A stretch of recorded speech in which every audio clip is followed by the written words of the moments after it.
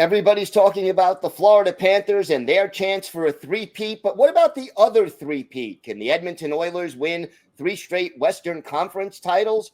We'll talk about that and the possibility of a World Cup of Hockey in 2028 next on today's Locked On NHL podcast.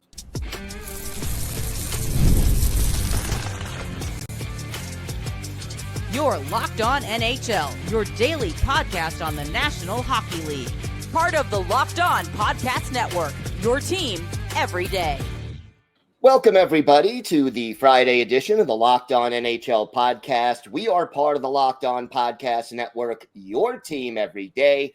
I want to thank everyone who makes Locked On NHL your first listen every day. Don't forget to subscribe on YouTube or wherever you listen to podcasts so you never miss an episode. Today's episode is brought to you by FanDuel. Football season is around the corner. Visit the FanDuel app today and start planning your futures bets now. I'm Gil Martin from Locked On Islanders. I'm here every Friday with Rachel Donner of Locked On Flyers. We are approaching Labor Day weekend here, so the summer is coming to a close. Training camp's a week or two away. And boy, we've got a lot to discuss on today's show. Happy Friday, Rachel. Happy Friday indeed. Yeah, we are getting closer and closer to some training camps. Getting excited. Yeah, definitely something to look forward to. And yet, here we are. Everybody's talking about the Panthers. They have a chance to become the first team to win 3 straight Stanley Cups since my New York Islanders did it back in 80. Well, the last time, I guess, would be 81, 82, 83. Right. As part of their 4 straight, but not a lot of people talking about the fact that the Edmonton Oilers have won or represented the Western Conference in the Stanley Cup final 2 years in a row. They're also going for a three-peat, although obviously they'd much rather have a one-peat and actually just win 1 Stanley Cup.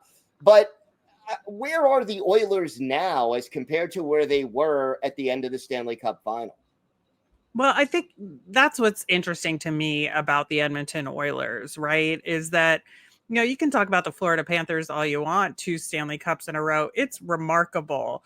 But to get to the Stanley Cup final twice in a row and lose it both times, like, you have to think the road back to the Stanley Cup final for a 3rd time in a row in that position feels like a bigger mountain to climb than what the Florida Panthers do in a lot of ways. And, you know, obviously one of the big topics that we and our colleagues have been covering on this show is the Connor McDavid contract situation, but it just feels like it's part of this bigger context of the Edmonton Oilers. And how do you move on from losing 2 Stanley Cup finals in a row, right? And turn that corner and go for a 3rd try. Yeah, I mean, I guess I look at it in 2 different ways. On the one hand, if you are trying to make that 3rd Stanley Cup final, you have the same wear and tear that the winning team had as far as playing all those extra games and the toll it takes on your body. You don't have the satisfaction, however, of winning a championship. And so, like, you have the incentive to try to get back, but it's like you're starting all over again from zero in a lot of ways. And that, you know, it's got to be very frustrating. Right. And, you know, you saw a lot of changes behind the scenes with the Oilers this summer as well. There, you know, changes to the coaching staff, their player personnel changes. And I think that obviously there's a sense to some degree of some desperation there. Like, we've knocked at this door twice. We could not get through. Like, what do we got to do? Now, there's obviously the big picture goaltending conversation to be had, right? And that's kind of one of the biggest, if not the biggest reasons why maybe they, you know, couldn't finish it out and win that cup. But, you know, there's other things going on the ice as well. But I think, like, the mental side of this is equally as interesting to the strategic on ice aspect of how do you get back. It definitely is. And, you know, they've got to overcome that, and they've also got to overcome the fact that they've lost, they haven't lost star players, but they lost quality players, veteran players, guys who were leaders in that locker room.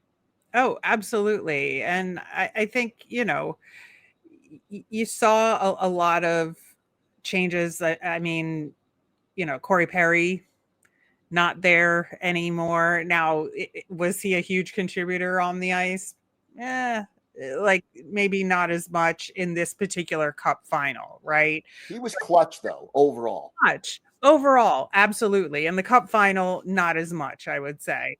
But the leadership aspect, you're absolutely correct. And, there's some key pieces that they added to try and win it this second time around, and it didn't work. And I think, in some ways they decided to take a risk on more of a youth movement this off season, and especially so with acquiring, Howard from the Lightning, right? Yeah, Howard was a big acquisition. I know a lot of teams were interested in acquiring him. The question, I guess, becomes how quickly is he ready to step in and give you quality minutes to replace, your Evander Kanes, your Victor Arvidssons, your Corey Perrys, your Connor Browns. How quickly does Howard step in and, make a difference? Here's a kid who hasn't played, in the NHL and just will have to come in. And maybe, it's good that he doesn't have the baggage emotionally that some of his teammates do. Mm-hmm. Or maybe it's bad. Maybe the negative feelings will rub off on him as he goes through his first NHL experience. Right. Well, he won't be alone, right? Matt Savoy is going to be there as well. And that's what I'm saying is like, if you take away a few of those pieces that you've already talked about, like with Arvidsson as well, but and Evander Kane, but you also inject some younger players' enthusiasm and to be honest, I think there's a lot of incentive for them to come in and be the saviors in a lot of ways, right? Even if that's not their intention, just to really infuse just a new energy in the locker room that doesn't have the baggage of losing 2 Stanley Cup finals in a row, which I think there's a certain lightness to that, right? That you bring all the drive and determination that got these guys to the NHL without that baggage. Like you add that to the backbone of the team that's already, super strong there with Connor McDavid, with Leon Draisaitl, and like there's a lot of potential there, right? Potential, yes. Proven results yet, no. And it almost becomes, in my mind, a situation where there'll be an 82 game feeling out period. It's almost like an exhibition season. I kind of liken it to this. The Edmonton Oilers are kind of like, at this stage, like the New York Yankees in baseball, with the mentality that the playoffs are expected. Once we get there, that's when it matters. Until then, we're just getting into the playoffs and getting our chemistry straight and putting the best possible team together that can win in the playoffs. But we make our season as a success or a failure based on what happens in the playoffs. Yeah. And, and also, Evan Bouchard signing a long-term deal helped in that effort as well, too. Right. So I think, again, the goaltending question is huge and is going to be a specter over this team for the entirety of the regular season. But that being said, like they've gotten there twice before with this mediocre goaltending. So who's to say they can't do it again? I think, I'm trying to be positive on their behalf here in this conversation, but like I do have my doubts. That is for sure. I think getting there a third time in a row when you've lost the first two, even with all of this that I've said, I just don't know. I just don't know that they can do it. No, it is certainly a challenge. And, you mentioned the specter of the goaltending. Mm-hmm. I wonder this, if I'm the general manager of the Edmonton Oilers, if I can bring in another goalie by the trade deadline Psychologically, what does that do to this team as they prepare for the playoffs? I mean, it depends on who it is. That's for sure. Well, a quality goalie. I mean, obviously, if they bring in, another mediocre goalie, it doesn't change anything. The names change, the situation remains the same. But if you bring in a quality goalie, how does that energize your team heading down the stretch and into the playoffs? I think it does a lot, because I think it allows the offense of this team to play a lot freer, right? It allows them to take a little bit more risks and push offensively in a way that, not having to do that extra back checking because you need like 3 or 4 guys net front as opposed to 2, right? So I do think there's a lot of potential there. And they certainly could get a goaltender at trade deadline, but they have to get themselves to be in that position by trade deadline as well. So, they've got 2/3 of a regular season to be successful with what they got. And look, on paper, what they've got has been good enough. So, I mean, I would think they may not win the division, but I would think they will certainly be in the playoffs at the end of the year, barring a major injury to a Draisaitl or a McDavid or a key player like that. But I think changing goaltenders, improving the goaltending would go a long way toward alleviating some of the mental "here we go again" thoughts that have to be pervading that locker room. Yep, and they are very loud. Yes. We can hear them all the way here. So, yeah. We can. All right. Well, if the Oilers want to three-peat in the West, who is their main competition? What other teams have a chance? It's pretty wide open. We're going to talk about that coming up next. Today's episode is brought to you by FanDuel. The NFL season is almost here, and FanDuel is making sure you're ready for kickoff with a can't-miss offer. Right now, new customers can bet just $5, and if your first bet wins, you'll get $300 in bonus bets to use across the app. That's $300 in bonus bets. And, one of the things I love about FanDuel, you can bet in so many ways.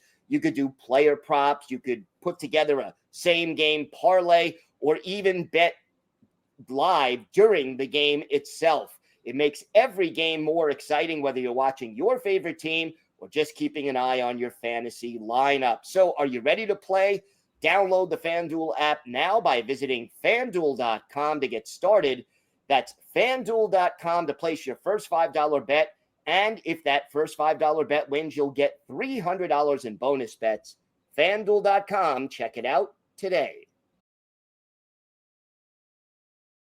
Locked On wants to hear from you. We put together a survey to learn more about our listeners and make your favorite podcast even better. This is your chance to tell us what you like, what you don't, and answer questions about our advertising. So go to lockedonpodcast.com/survey to get started.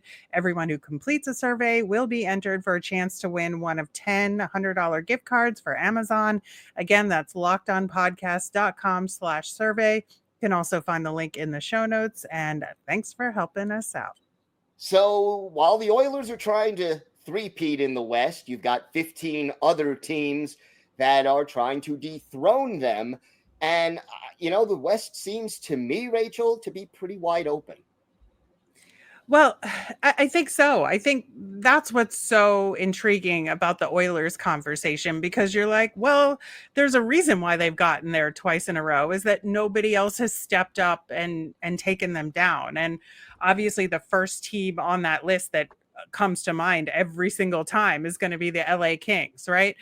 Because they've been that first round opponent that has suffered defeat here. And every single time you think, oh, the Kings are better on paper, but they don't pan out in the end. Like, everything they've put together just isn't quite enough. And that's what's so intriguing about the West, because aside from the Oilers, everybody else looks good on paper, but can't get it done. Is it the Avalanche? Is it Dallas? Is it Winnipeg?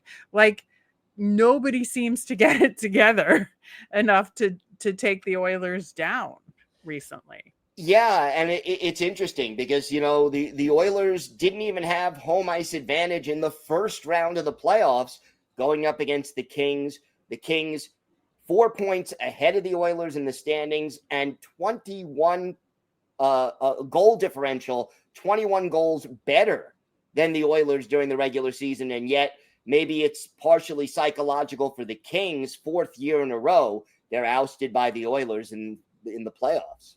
Yeah, I mean, it must be infuriating. And we talked about the psychological effect on the Oilers of losing the Stanley Cup final. Well, the Kings have a similar effect in place of losing to those Edmonton Oilers multiple years in a row. And it's like that is a hurdle to overcome. Now, the best thing the Kings can do is get themselves in a position to not face the Oilers in the first round. But have they done enough to get themselves there? Yeah, I don't know if they had the best off season out of all the teams out there. In fact, I've seen some expert commentary saying they had one of the worst off seasons in the league as far as immediate talent gained or talent lost. And so, the Kings, it's got to be frustrating. And how do you arrange not facing they could come in first in the division, and if the Oilers are a wild card, they'll still get stuck possibly playing the Oilers. So that it's not the easiest thing to avoid. And then you have like the Vegas Golden Knights, who have just added Mitch Marner to their equation. They always seem to find a way to shelve people on LTIR and put together a very talented playoff lineup, although the league is theoretically going to be cracking down on that. I'll believe it when I see it. But, are the Vegas Golden Knights a team that very well could unseat Edmonton in the West? Yeah, and obviously they're the most recent team to win the Stanley Cup other than the Florida Panthers, and they still have a lot of that core still together on that team. They do, and every year they seem to find a way late in the season to put together, to make a big acquisition, to prepare themselves for that big playoff run. And I think, if you're talking just psychologically, I think there's a certain positivity around Vegas. They expect to win.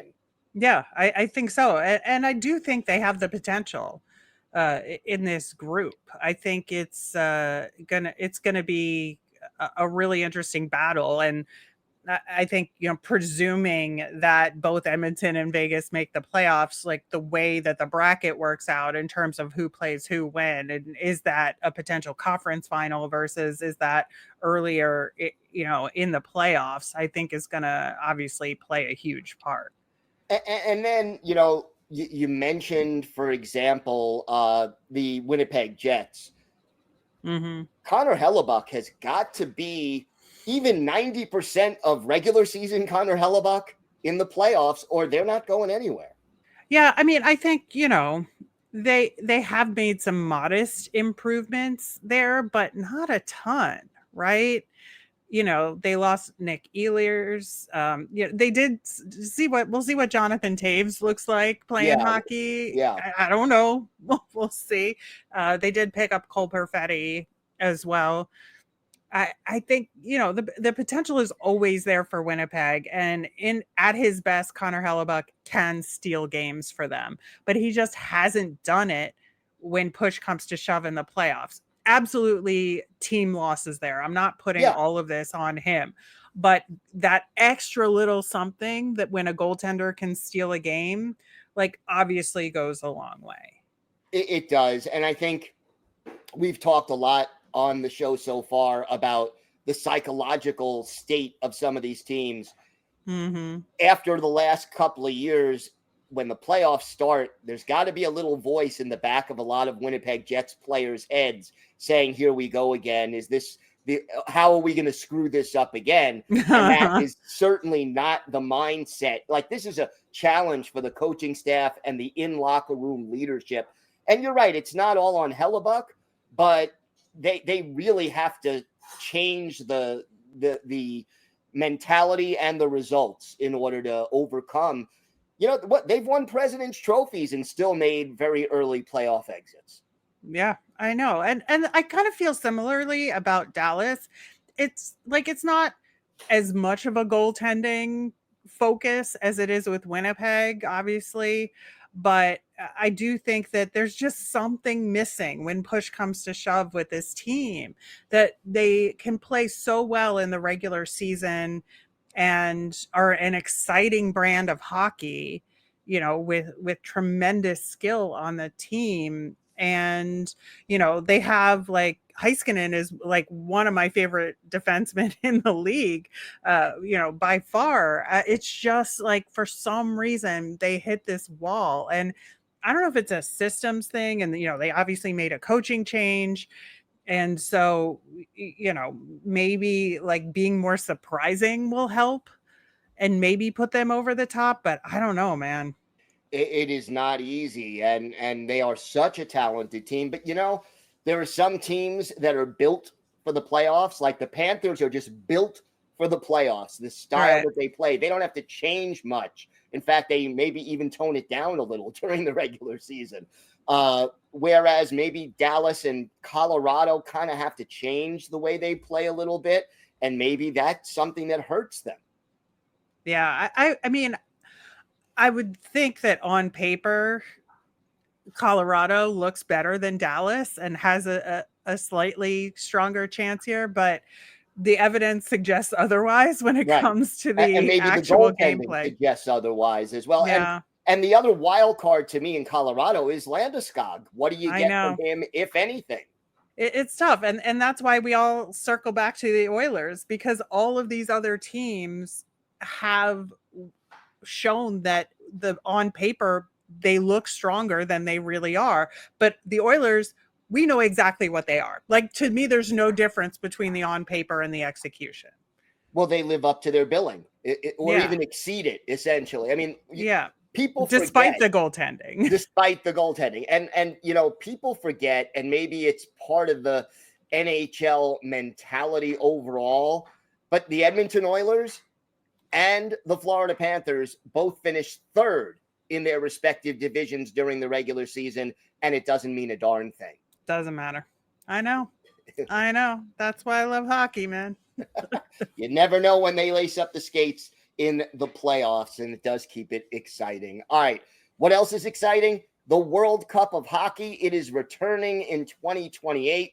We'll discuss that and more coming up on today's Locked On NHL podcast.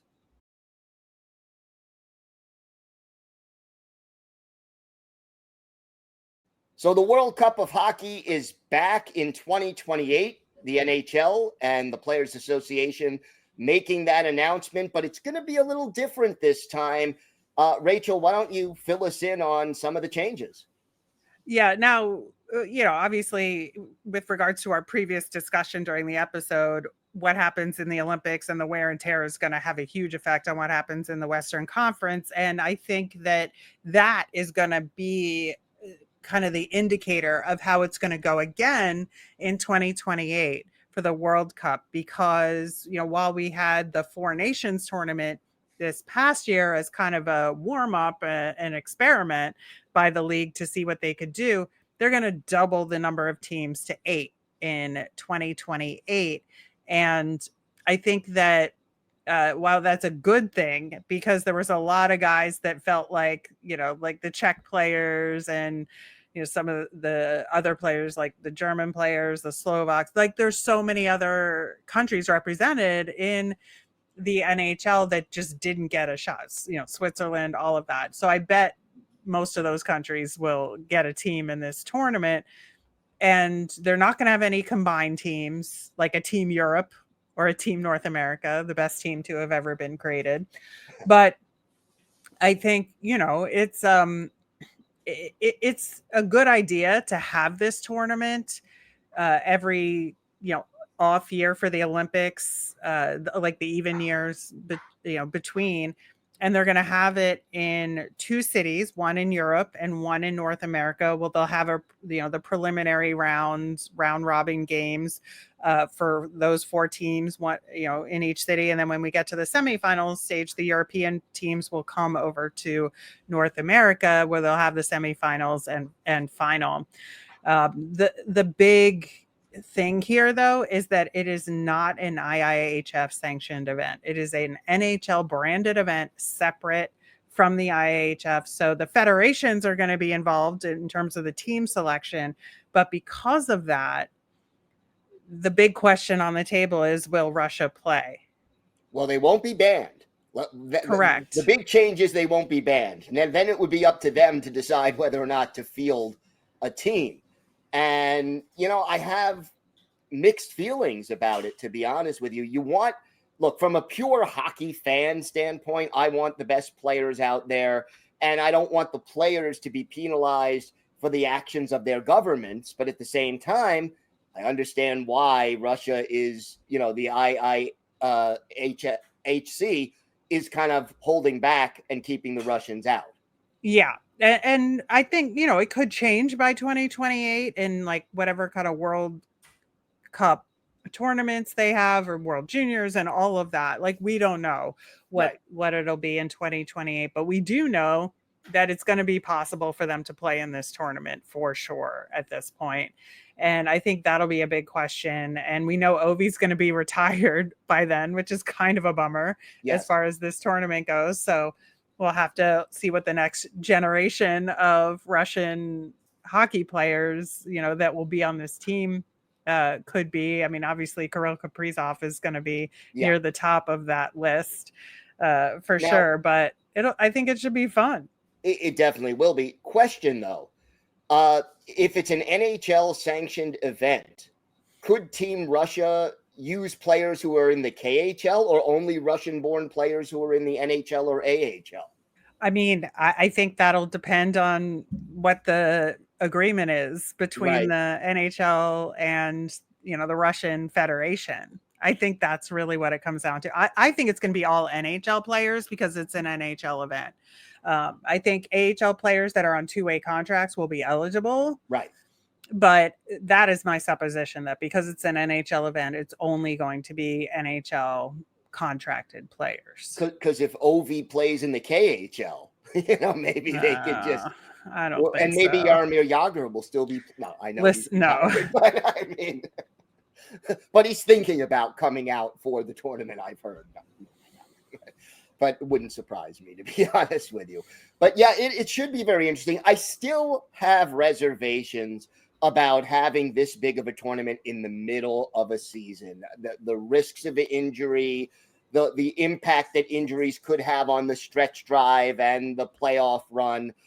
I mean, ideally, the World Cup of Hockey, in my mind, I would like to either see it in September or involving non-playoff teams, players, instead of the World Championships being held in April or May. That would be my preference, just because I don't love the compressed schedule and the risk of injury, but I understand why the NHL wants to do it this way. Yeah, well, we'll get a template for what it looks like this season with the Olympics, because there'll be a lot more players involved than there were for the Four Nations tournament. We'll see what that impact is on this season as far as, teams in the home stretch and trying to get playoff spots and injuries and all of that. We'll have a year off from it in 2027 to see what going back to that looks like and if it's better or worse. And that could affect how this tournament in 2028 is organized. Yeah, and it should. And look, we're still, more than 2 years out on this. So there's time for everybody to sort of figure out the best way to do things. Look, I love these. I would prefer this to an all-star game. I'll say that any day of the week. The all-star game, I think, has run its course as an event. Just the game itself, maybe the skills competition is a little more entertaining even than the games at this point. But I don't mind disrupting the season for the Olympics because of the prestige and tradition of the Olympics. This, I do have my concerns, and we don't want to see another, Matthew Tkachuk kind of a situation where, he missed the rest of the season, came back for the playoffs, may miss up to half of this year's season as a result of the injury he suffered in Four Nations. Yeah, I mean, I get it. And that's why I think it'll be interesting to see what happens this year and how that affects the future planning around stuff like this. Yeah, should indeed be very interesting, and we'll We will keep an eye on that. Well, that is going to do it for us. Rachel, I know you and Erica El Ayala will be back tomorrow with the Women's Hockey Report, so looking forward to that. I'll be back on Monday interviewing 3 of our local hosts with the biggest stories from around the NHL. We're here, Locked On NHL, 6 days a week, Monday through Saturday. Hit the like button and subscribe so you never miss an episode. Also, it's another big moment on Locked On. College football fans, Locked On and Fire TV present College Football Kickoff, your ultimate college football weekly preview. Drake Toll of Locked On Big 12 leads the conversation alongside 2-time AP Coach of the Year Gary Patterson, former college star Jesse Holley, and Locked On's local experts. A college football preview only Locked On can do. Catch College Football Kickoff every Thursday throughout the season, only on Fire TV. I'm Gil Martin. She's Rachel Donner. Have a great weekend, everybody. Thanks so much for watching and listening to the Locked On NHL podcast.